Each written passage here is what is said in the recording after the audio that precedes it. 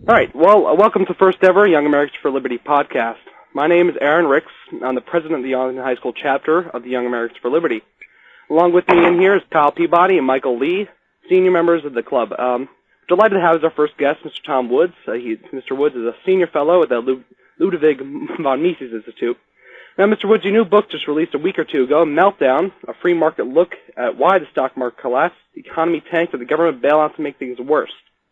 Now, personally, I really dove into the theory of Austrian economics a little more than a year ago, around the time I started paying attention to the Ron Paul campaign and listening to Peter Schiff interviews, which, as everyone says, are very amusing. Now, as a high school student, I read your book, or at least most of it. I didn't have the time I would have liked to go through it. I'd be the first to admit that advanced economics theory isn't something easy to grasp. Now, the first book I read was Henry Hazlitt's Economics in One Lesson.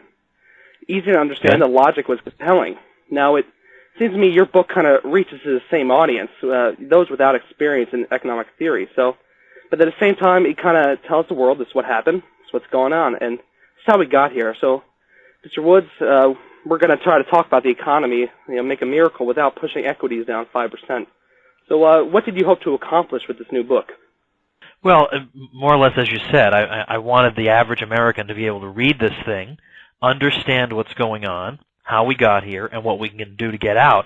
And so far, I've been getting emails and website comments that people submit to me through my site, just telling me that this is exactly what's happened, that now they understand it better than ever. They weren't quite sure what was going on. But in particular, I mean, you'll notice the book is coming out, very, very quickly. I mean, if you read it, you find that it talks about events that are going through December 2008. So for the publisher to be able to get it out that quickly was just a wonderful thing. And so I raced to write and finish this thing because I did not want the conventional wisdom, which is that, the free market has failed, and so now we need all the geniuses in Washington who are our wise rulers to take over the economy for us.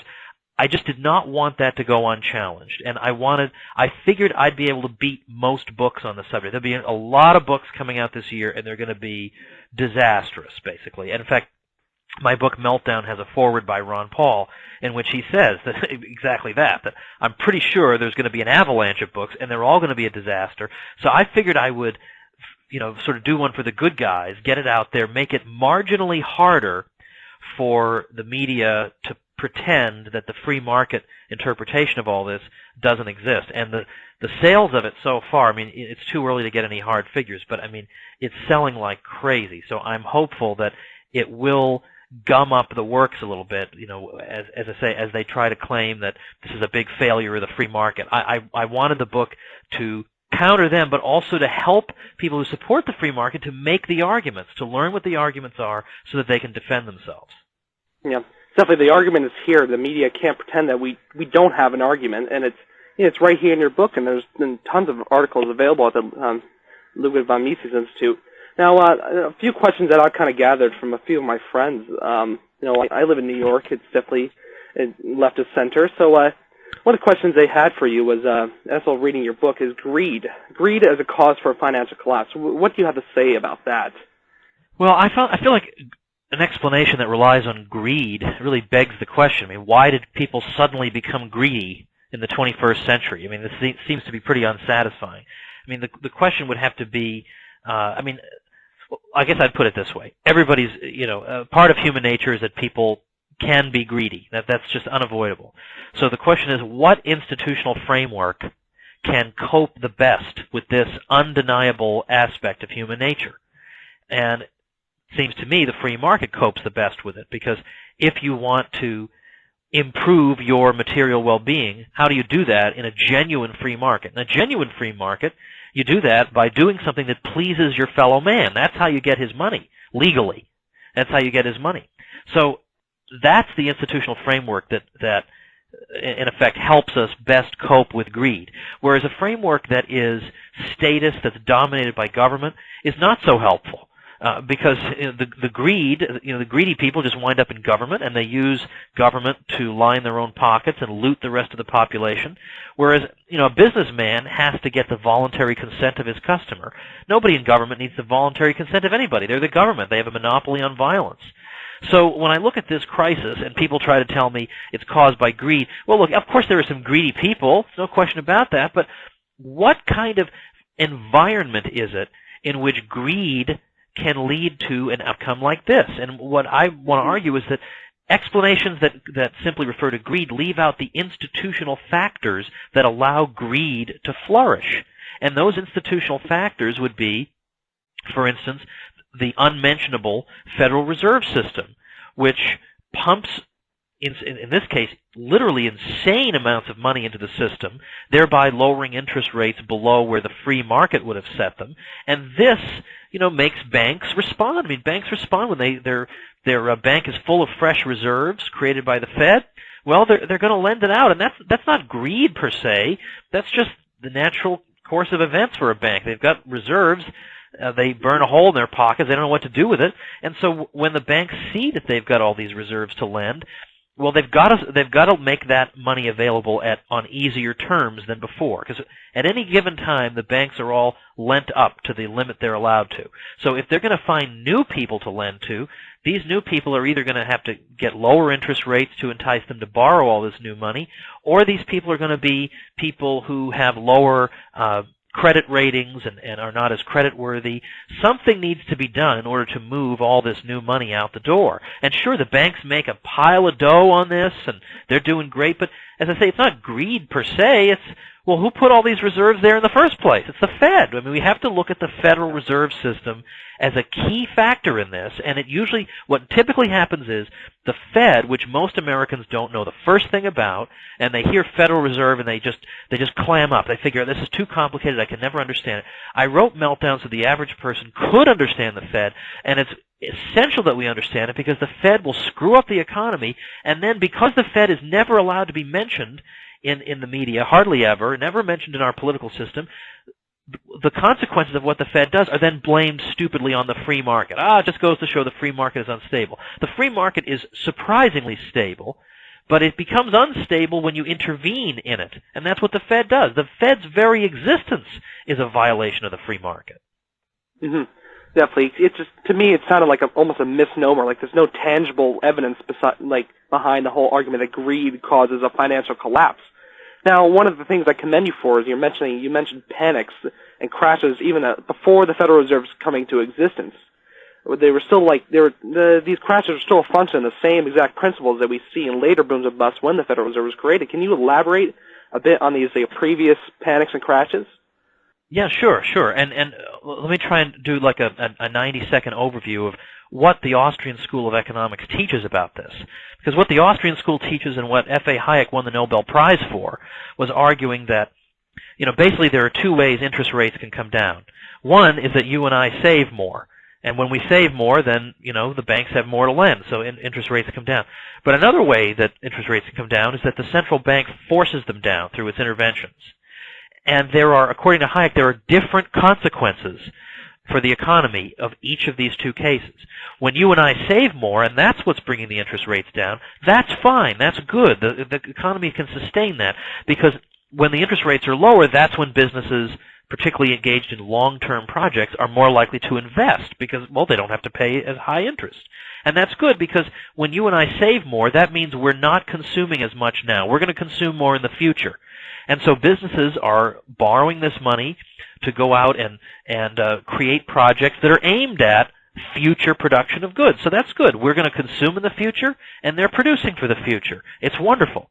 But if interest rates come down just because the central bank forces them down, well, now we've got a time mismatch, because now investors once again will invest in long-term projects aimed at the future, but we haven't necessarily indicated a desire to consume less in the present to fund these investments.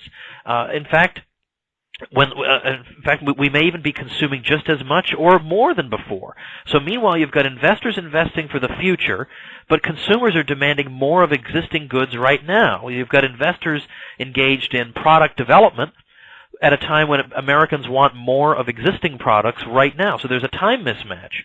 And secondly, when you and I save more, the fact that we're not consuming as much releases resources that investors can use to finish their investment projects.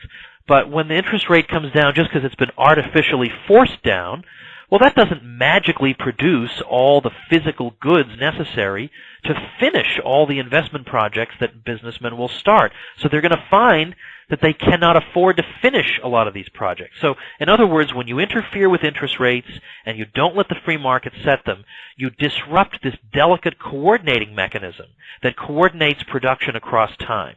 Now, this, as I say, this won the Nobel Prize, this theory.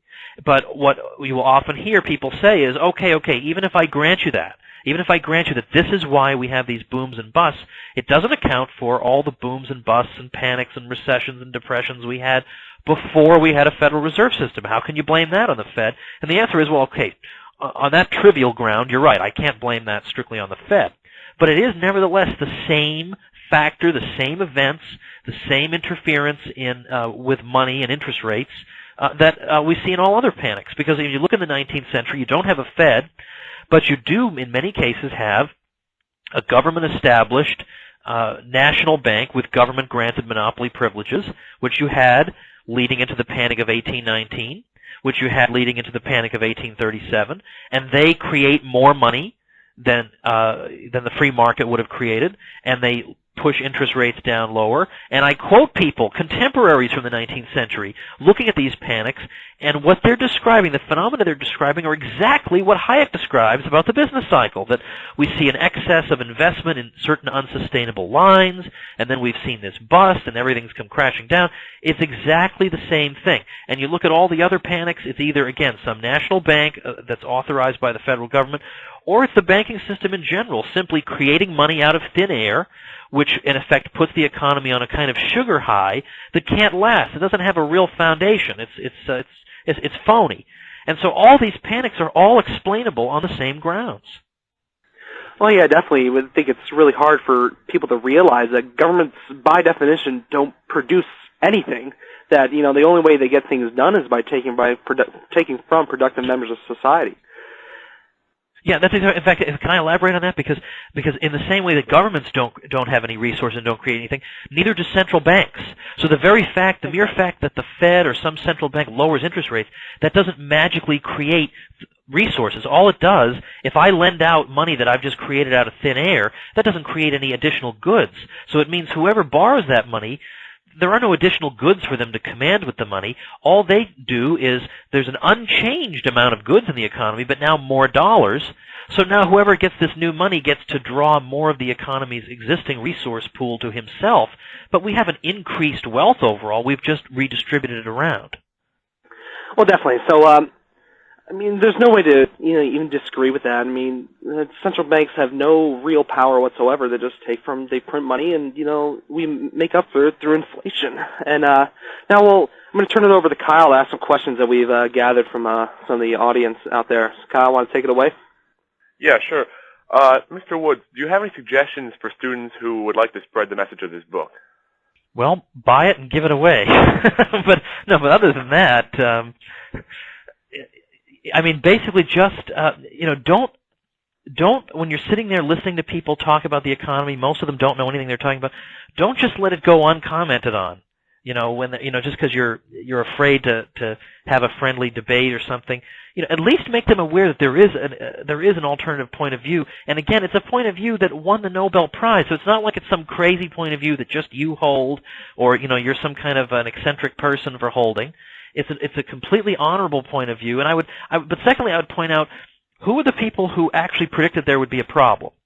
I quote in Meltdown, I quote James Galbraith, who said in the New York Times that of the 15,000 professional economists in the country, roughly, he estimates maybe a dozen saw this coming. Now that's just, maybe a dozen of the people he knows, but there were hundreds of Austrian economists who saw it coming, and so overwhelmingly, the people who predicted that there would be a collapse are the same people who have been critical of the Fed, who have been critical of fiat money, that is money that can't be converted into anything, it's based on nothing, can just be printed up indefinitely by a printing press. It's all the people who basically hold our points of view are almost the only ones who weren't completely clueless. Now, that is a type of argument that I think gets people's attention, that the only ones who actually saw this coming, overwhelmingly, are the ones who have this particular theory as to what caused it.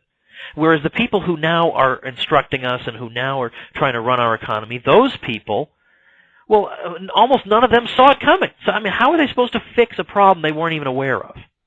Exactly. Another question, Austin Brenneman, a member of the Young Americans for Liberty movement, wants to know, if you had to make a recommendation right now, would you encourage Dr. Paul to run again in 2012?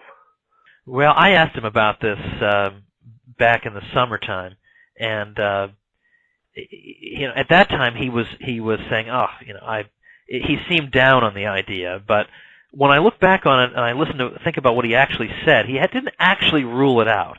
He just simply said, I can't even think that far ahead. Now, he's not a politician, we know, in the traditional sense, but at the same time, I wonder, was that a politician answer? I don't know. I don't know if that means maybe when time passes I'll give it some thought. I mean, I would like to see it. I would like to see it just because I suspect that he's going to be so vindicated by the time 2012 runs around that people are going to have to listen to him. And plus, when you consider, by the time, let's say February, March of '08 rolled around, I feel like we were just finally hitting our stride at that point. Like we were really just getting going. We suddenly had a lot of people now who had been turned on to these ideas, were spreading. So if we had had just a little more time, and maybe there had been some important personnel changes, let's say, I think the potential was really very great. And now we've got 4 years to keep building the base. And the Campaign for Liberty is holding events all over the country. I think he would have a very, very substantial base of support. So, but maybe I'm just saying this because I'm selfish and I just had so much fun during the Ron Paul campaign that I hated to see it end. I don't know if you were like me, but like, what do I do on my computer all day when there are no more YouTubes to watch and news things to keep up with? So I think, but also, even if he didn't win, and I don't want to start off by, I don't want people to think that I think he can't win. I don't think that he can't win. I do think that he can win. But even if he didn't, I mean, what we saw in 2008 was that he has changed the landscape forever.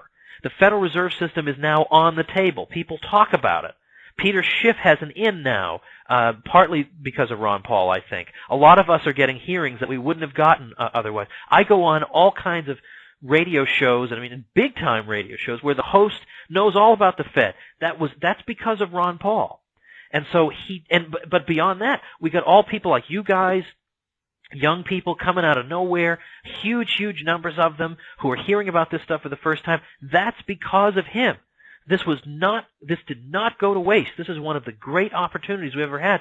So to have a chance to do that again, and the prospect that I would say, no, we shouldn't do it, you got to be crazy. Of course we should.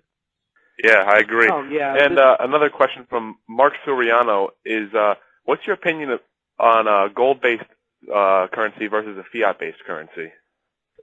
Well, of course, I think a gold-based one is infinitely preferable because, and again, in Meltdown, I quote Henry Hazlitt, who, of course, wrote Economics in One Lesson. But Hazlitt said, there are a lot of people who have these tiny little technical criticisms of the gold standard. He said, but the fact is, a gold money is a money that cannot be arbitrarily interfered with or destroyed by politicians. And he said, now, this single merit makes all technical criticisms of the gold standard utterly trivial by comparison. And so, but my view, though, is not so much that we should go back to a gold-backed money, because or a gold standard, per se. If people want that, that's fine with me. But a gold standard that would require the government to maintain it and to maintain the ratio of dollars to gold, I think is unrealistic, because look at the politicians who we have in Washington. Which one of them, other than Ron Paul, would you trust to do that? What's to stop them from just going off the gold standard again, or fiddling around with it, or whatever? Why would we trust them with it? Instead, I think we need to think in more radical ways. We need to think about what Hayek said toward the end of his career. In the late 70s, he gave a speech, actually in New Orleans, and the speech is reprinted in the Journal of Libertarian Studies in the late 70s. You can find it on Mises.org, and I quote it in Meltdown. Hayek said that, we cannot ever again expect to get a good money from government. There's no reason for them to supply it to us. And he says, secondly, it is a mere historical accident that governments have come to supply money. It's not like the inherent nature of things requires government to do this. He says governments supply us money not because of the civics textbook reasons you learn in school, that the government aims to bring about the common good, and so it gives us a good money that we can. Come on, just don't insult me with that. The reason they want to control the money supply is so they can create money out of thin air and reward their friends with it. I mean, that's what it's for. That's why the government monopolizes money. And given this is the case, what we instead should do is look to the free market, and that the free market supplies every good we need, and it supplies it the most efficiently. So why don't we look for free market alternatives? And the way we start doing that is really to follow Ron Paul's advice, which is get rid of all sales and capital gains taxes on precious metals, which would serve to obstruct their use as money. And secondly, repeal legal tender laws. Those are monopolistic interferences in the free market. Get rid of that, because legal tender laws mean basically that government courts will not enforce contracts that require payment in gold, because the person is, because of legal tender, is allowed to pay you in the depreciating dollar. So that makes it very hard for alternatives to pop up, because all alternatives are at artificial disadvantages. Let's have a level playing field, and let's see how the market deals with it. And we're already seeing various companies starting up that will, in fact, make gold transactions for you, and you can have debit cards, whatever. I mean, this transition could be affected very swiftly by the free market. Yeah, we're already seeing some independent currencies that are backed by gold starting to become popular. I've read about a few articles online of people starting up their own currencies. Moving on to a question from Caitlin Zinsley. She's a leader of one of the more liberal clubs at our school. She asked, how are markets supposed to account for the gap between the rich and the poor? Okay, now I don't know what she means by account for. I mean, does she mean deal with, do you think? Yes, I believe yeah, I mean, okay, well, part of my answer is look at those countries in the world where the gap between the rich and the poor is the widest. And those are the countries that are the farthest away from the free market. That's always the case. I mean, in the Soviet Union, the apparatchiks did very, very well.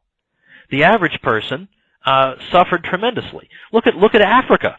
I mean, the only places in Africa where you've got anything approaching a free market would be Botswana. And by the way, Botswana, here's a big surprise. Botswana is one of the richest countries in Africa. Big surprise there, right? South Africa, well, it's kind of a mess right now. But, I mean, you can find isolated pockets of the free market. But otherwise, it's a bunch of extremely, it's just awful dictators who have free market. Come on. I mean, they just run the countries the way they want, and they've got magnificent palaces while everybody else is eating dirt.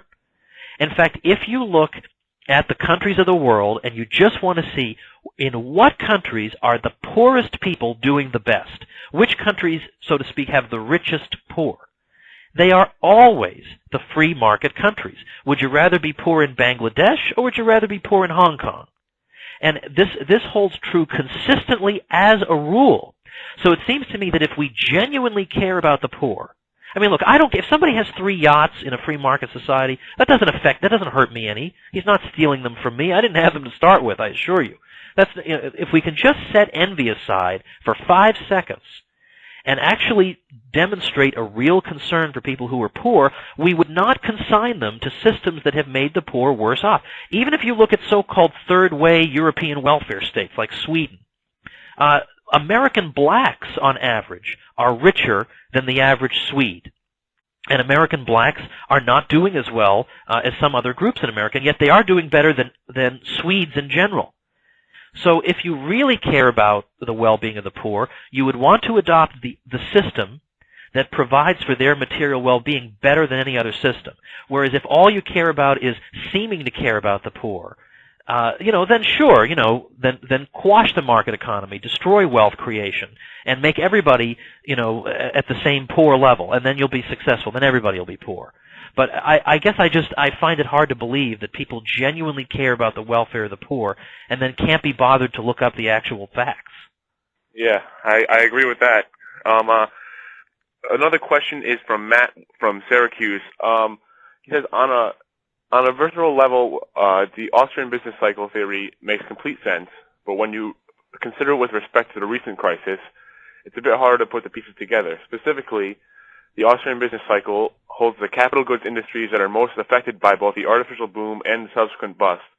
Yet it was housing that was the prime player in today's crisis, not exactly a capital good. How does the Austrian business cycle deal with this?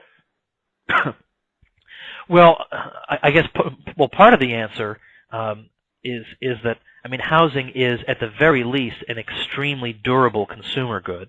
But secondly, it's not just housing that's going to ultimately bust. It's also going to be commercial real estate. That is, the buildings in which businesses operate. Or a lot of times businesses will have built an addition, or they will have built a second building for a second branch of the business. And that is arguably, in fact, Gerald Celente makes this point, that's actually going to be a worse bust than residential households are going to be. So that in effect reinforces Austrian business cycle theory, that the more capital intensive will get hit harder. Well, the more capital intensive type of building projects, the commercial real estate market is in fact going to wind up being hit harder than just regular residential real estate. So there's that. But also, I mean, remember that how are people financing this real estate? How are people going out and buying a house? Well, they're buying it with, basically with this 30-year mortgage thing, which is in itself partly a government intervention. I mean, most people in the 30s didn't own their own homes. Nobody would lend to you for 30 years because you can never tell what inflation's going to do, and so on and so forth. So this sort of long-term type of an expenditure is very interest rate sensitive. Unlike consumer goods like toothbrushes or hats or potato chips, a house is a large, durable purchase that is paid for over a long span of time. So I think that does, in fact, still make it qualify as something that would be artificially encouraged by artificially low interest rates. Because, of course, if the interest rate is 21%, imagine what a 30-year mortgage would amount to. Whereas if the interest rate comes down to 4 or 5%, you're much more likely to take out that 30-year mortgage. So the point is that it's long-term things that tend to be the most interest rate sensitive where you will see the biggest busts. And as I say, commercial real estate is going to be hit harder, but given that housing is a long-term project of paying it off, and it's very, very interest rate sensitive, well, naturally the Austrian theory would it can be conformed to this idea that you've had a boom in residential housing. Well, definitely. Okay. One of the best things I've ever heard about the Austrian theory was that, it encourages production and savings besides not this kind of artificial consumption and, buy as much as you can because the businesses are dying. I mean, how much more can we buy? We've been buying for so long. I mean, how much more did they want us to do, and how much more debt did they want the American people to have? Right, and I've got an article coming out on the Campaign for Liberty site sometime this week sort of explaining this, because I know that there is a superficial plausibility to the idea that people should spend because, how can businesses stay in business if people don't spend? And there are a lot of different replies to that. But one that's relevant to today is, as you say, it's not spending per se that we need, because if that were the case, everybody should get into debt up to his eyeballs, as a lot of people already are, and then go out and spend. But then, then what will we do 3 weeks from now when we're so in debt that we can't spend any more? I mean, obviously that can't be the solution in and of itself. But beyond that, the fact is that because of the housing boom, people spent more than they should have. They thought they were richer than they really were, because everybody thinks he's sitting on a $500,000 house. Now they realize they're not. And now they realize they've engaged in more consumption spending than they should have, or they borrowed against the equity in their homes to finance consumption spending, and they wouldn't have done that if they had known the real value of their homes. So what we're starting to see now is that in the boom, it was not just housing that was affected by the boom. The boom distorts all lines of production, or a lot of lines of production, that wouldn't have occurred without the boom. And so, for instance, we're now learning that Starbucks, or at least its one store every 10 feet business model, was a bubble activity. I mean, they are closing stores like you wouldn't believe because, when people feel like, hey, I got an infinitely appreciating asset in the form of my house, well, sure, a $5 cup of coffee, sky's the limit. Or a $6 ice cream cone at Cold Stone Creamery, great, fine, let's do it. But we're now seeing that those are bubble activities. They're going south fast. And so it's not so much that we need spending per se. We don't need people to go out and spend $5 cups of coffee. What we need is for the economy to realize, wait a minute, $5 cups of coffee are not what we need to be producing. We need capital to go out of that and to produce $1 cups of coffee. So what we need is a restructuring of the economy so that it produces things people can sustainably spend their money on. We don't want to freeze this economy just the way it is and tell people to keep spending. We're producing things that people can't afford. We're producing more plasma TVs maybe than we should be. I don't exactly know what we're producing too much of. That's why we have a price system. But we need the economy to sort out what is sustainable in a post-bubble economy and what should be allowed to go out of business, and then we will restore an equilibrium where people will spend and will be producing things that people want. But just throwing money at the existing economy is just going to prop up zombies. That's the last thing we want. On that note, the Obama administration so far has spent over $1 trillion, and God knows how much the Geithner Bank program could cost. But if they continue on this path, what do you see happening in the next 4 years? Well, I mean, if they continue on this path, I just can't see how the economy could recover. I mean, markets are incredibly resilient, and I mean, the market was trying to recover in the early years of the New Deal. I mean, there are some signs of that, so it can fight against government intervention. But given that we've got no savings. We're very much hollowed out as an economy. It's hard to see where the resources for the recovery could come from, given that our pool of savings has been stretched thin or is almost non-existent, and then what little we have left, the government wants to raid so it can spend on arbitrary projects to reward political favorites. So I don't see where the recovery could come from. So we could, best case scenario, we degenerate to a West European welfare state model where they have extremely sluggish growth, if any growth at all. They have high unemployment, and they pretend not to know why this is happening to them. Or there is the possibility of, the worst case scenario is a complete collapse of the whole system, a complete collapse of the dollar with all this pressure being put on it. I think it's very hard to know which of those outcomes will happen. But they are both, neither one of them is completely implausible. Okay, now we have a caller, Matt, from Syracuse University. He's going to ask you a question. Matt, you're live. Hey, Tom, how's it going? Big fan. This is more of a prod than a question. So conservative pundits and politicians who are repugnant on pretty much everything when a Republican's in office, but sometimes all right on economics when a Democrat's in office, they usually will stick with us in saying that the New Deal didn't cure the Great Depression.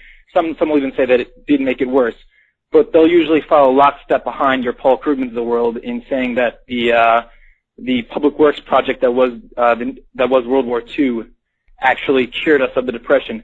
Can you just speak to kind of curing people of this kind of fallacy, this notion that World War II broke the Depression? I know you're going to reference Higgs and everything, and so just go ahead. Yeah. Okay, sure. Well, there is actually discussion of this in Meltdown, because I feel like if you concede this point and say that, well, okay, we'll grant you that the New Deal didn't get us out of the Depression, but World War II did, then you're giving away the whole argument to the stimulus people. Because then they'll come back today and say, well, World War II just proves that if the stimulus is big enough, it'll lift us out of it. I don't want to concede that point to them. And there's no need to. Because when you actually look at the situation, first of all, there should be some alarm bells going off when you hear that the war was good for us. I mean, when you have a war and you've got 12 million people drafted into the armed forces, 12 million of your prime workers, and they're drafted into the armed forces, they're no longer available to produce goods and services, and 40% of the economy, 40%, is either devoted to the armed forces, or it's devoted to civilian employees of the armed forces, or it's devoted to military spending. When you got 40% of the economy producing goods, in other words, that the rest of the economy, the consumers, don't buy, how can that be good? I mean, should we take 40% of the labor force today and have them build pyramids, and would that make the other 60% rich? I mean, this is obviously a fallacy. So we've got 40% of the economy producing goods consumers can't buy, and who's financing this? The 60%. So the 60%, to add insult to injury, now find they have fewer goods to buy because all the resources are being diverted to military production, and then they have to spend their tax money to finance this situation. So right off the bat, there's something fishy about it. Well, then you have the fact that, okay, unemployment goes down during the war. Well, presumably I don't have to draw you a diagram of what happens to unemployment when you take 12 million people and ship them overseas. Unemployment goes down. Congratulations. I mean, by the same token, we could get rid of unemployment by just killing all the unemployed people. But I assume that's not how we want to do it. That's not how a healthy economy does it. And then secondly, we consider that, again, these are prime workers. These are men, of good, young age who are being sent off to fight. So these are your best skilled workers. While they're overseas fighting, who's taking up their jobs at home? Women with very little work experience, very young people with very little work experience, and older people. So when you look at the GDP data for the 1940s that tells you that we had a great boom in America during the war, you have to ask yourself, wait a minute, do these statistics make any sense? How could we have the biggest boom in the history of the United States at a time when the economy is suddenly finding itself under unprecedented resource constraints? The best workers have been shipped away and replaced by inexperienced people, and that gives us the single greatest boom in American history? How can that be? There's got to be something wrong with this. And so the rest of the answer, and I'll make this as quick as I can, the rest of the answer is that these GDP figures are totally misleading. They're just phony numbers. GDP is a screwy number to begin with under ideal circumstances. But basically what happened is that the economy was so controlled by the government during the war that so many of the prices were just dictated by the government. This is what we're going to pay for this good. Now you go and produce it for us for the war. And this has spillover effects and affects other prices in the economy. Prices are only meaningful if they arise voluntarily between the bids of buyers and sellers for products. But if the government were to arbitrarily say, from now on, the price of eggs is, we declare to be $10 per egg, and the government is going to order 1 million eggs. If we were to multiply $10 per egg by 1 million eggs, arrive at $10 million, and then add that to our national income, how have we said anything of value about the economy? What does that tell you about the economy? Nothing, because the price of $10 is totally arbitrary. So a GDP figure that amounts to adding a whole bunch of arbitrary figures up is one giant arbitrary figure. So this does not produce a recovery. It actually makes the private economy much worse during the 40s. People can't buy most of the goods they want to buy, and those few goods they can buy are severely rationed. That gives you a genuine picture of the economy. The restoration came after the war, in the fantastic year of 1946, when there's no more New Deal being promised. The federal government is going to behave itself from now on, and there's no more dislocation of war, and you have some of your good men back there working. That's when you have your recovery, but it is not brought about by World War II. Tom, so one of the hosts mentioned earlier that they had a liberal friend at their school that kind of couldn't see through the free market view on this. I'm wondering if you can speak to how the current financial system, how the Federal Reserve, how the government is currently set up, how that kind of feeds into the warfare state. I feel like a good answer on that would be something that could appeal to more liberal people. Yeah. Well, think of it this way. Is government going to be more able to wage destructive wars, and by and large without the full enthusiastic consent of the population? Is it going to be more likely to be able to do that if it can just print up the money it needs to finance it out of thin air, or if it has to actually go to the population and get the money either through borrowing from the population or through taxes? I mean, the question answers itself. If you really, really honestly care about war, and it's not just posturing, and it's not just a way to skip school for the day, but if you really believe it, if you really believe that war is evil, and that a lot of these wars that we've seen in recent years have been just unbelievable atrocities, well then it's very hard to take you seriously if you're going to say, but, the government needs to be able to create out of thin air, out of absolutely nothing, with nobody's consent, even if the population is dead set against it, they need to be able to create all the money out of thin air that they want. I mean, that was what made Vietnam possible. Because how did Lyndon Johnson finance that? I mean, a very, very large proportion of it was through just creating the money out of nowhere. Likewise for the Iraq War. Taxes weren't raised, so where did the money come from? It was basically borrowing from foreigners and then creating the money, just printing the money up, and that's what made the war possible. So you can tell me all day long about you're all tears and pity for the Iraqi people and how terrible this is, but if you're going to sit here and either ignore or actually defend the government's power to fund these atrocities with money it has a monopoly on creating, you've just got to be kidding me. So, I mean, now you probably want to say this a little more nicely in a nicer tone than I just did. But I mean, as I say, if the war machine also runs a money machine, do you think there's going to be more war or less war? I mean, this is not brain surgery. Well, thanks a lot. Just one more question, Mr. Woods. Do you have an idea for another book? I've been writing an awful lot of books lately, and so for the immediate run, I don't, just because I worked just day and night on Meltdown, and it really took a lot out of me, to be honest with you. So, people have actually been writing to me saying, "Hey, you're writing books faster than I can read them." Well, then maybe for right now, I'm going to let people catch up a little bit while I get some recuperation. I'm not going to lie, I was impressed with all the with all those citations, and you sourced everything that you said, and there was 5 pages of sources in the back, and I love it. And I'm going to go through all of them as soon as I have the chance. But thank you very much, Mr. Woods. I guess we're going to conclude. Thanks for talking to us. It's been a very enjoyable experience, and we're grateful that you took time out of your busy schedule to talk with other liberty-minded people and to get the message out there. So to everyone listening, buy Meltdown. It's available on Amazon.com. It's a great book, and I highly recommend it. Thank you very much, Mr. Woods. Thank you, guys, and check me out at tomwoods.com, where I've got a free chapter of the book available. All right. Thanks a lot. Okay, thank you, guys.